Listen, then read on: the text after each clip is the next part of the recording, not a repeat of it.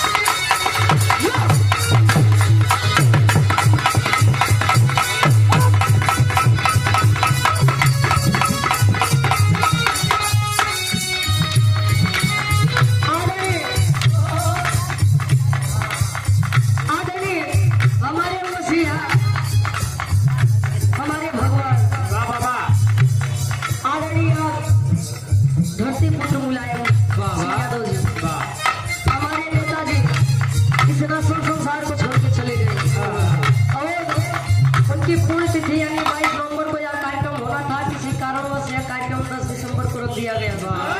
22 नवंबर के दिन उन महान आत्मा का जन्म हमारे भारत देश की पावन भूमि पर हुआ था। वहां से आप लोगों ने बड़ी ऊंची बात सुनी। गुरु जी सबके तरफ है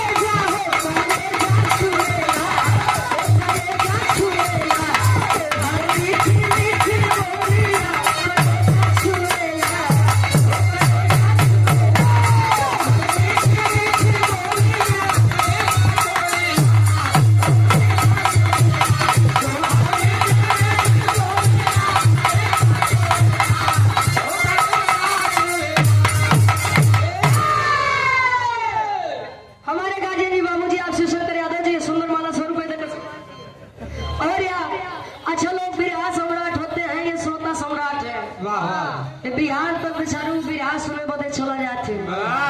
हमारे गार्जियन जी आप गीता नगर हाँ हो अब देखा है इतना फेमस नाम बस गीता नगर हम कहे गीता नगर रानीगंज प्रतापगढ़ की पावन सरजमी से चल कर आए हुए हैं।